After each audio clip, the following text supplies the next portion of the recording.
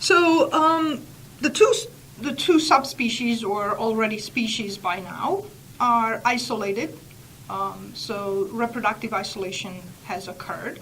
And that can happen at different levels in reproduction. So it can happen prezygotic, which leads us to the question, what is a zygote?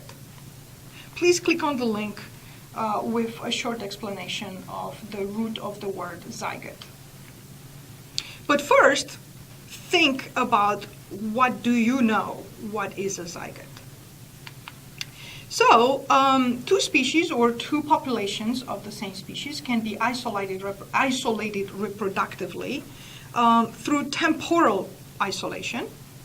That means that individuals of the same species do not meet at the same time.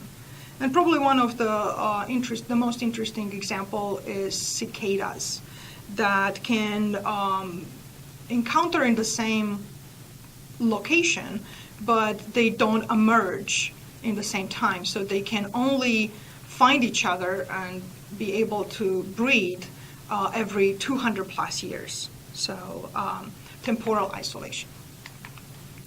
And another group could be plants that choose to or adapted to bloom at different times. Mechanical isolation is probably a little bit easier to explain or to think about it. And again, not to be gross, but in this case, size matters. And we have a good example in your textbook and coming up in the next two slides about plants again. But think about, again, your trusty dog, your best friend, Canis familiaris, which is probably one of the species that we have changed the most. So apparently there are about 400 types of breeds, probably more. And not all types of breeds can easily interbreed according to size. Of course, if we take an egg and a sperm of those two kind of breeds and we put it in a petri dish, we could induce formation of a zygote. But in real life, it's more difficult.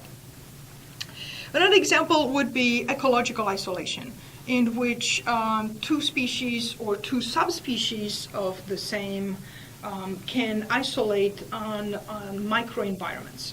So think of a forest which has a diversity of microenvironments on a tall canopy. Some species or some subsets of the same species can adapt to be only on the ground or only on the top of the canopy or only in between. And that is a great example, again, to follow with the speciation of plants, or even maybe speciation of lemurs on Madagascar.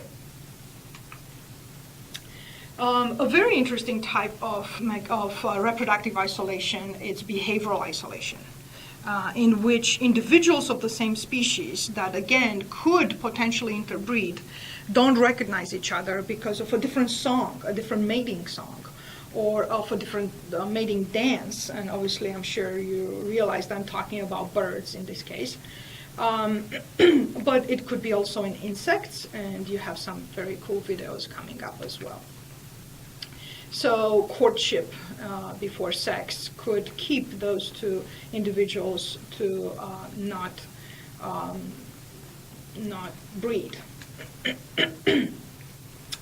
If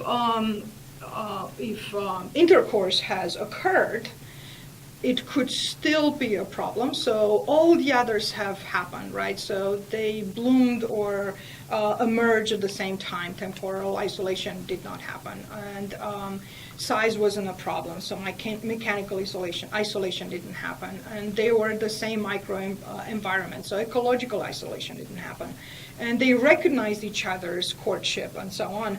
But it still could be a matter of gamete incompatibility, in which the two gametes themselves cannot fuse to form a zygote.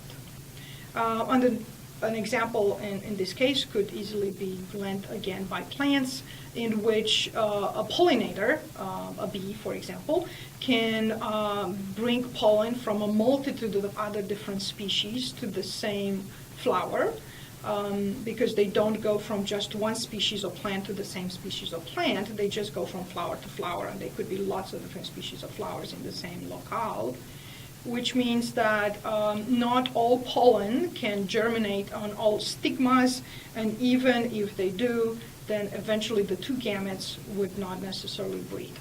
And it happens way more in plants, actually. So plants allow hybridization a little bit more than other organisms.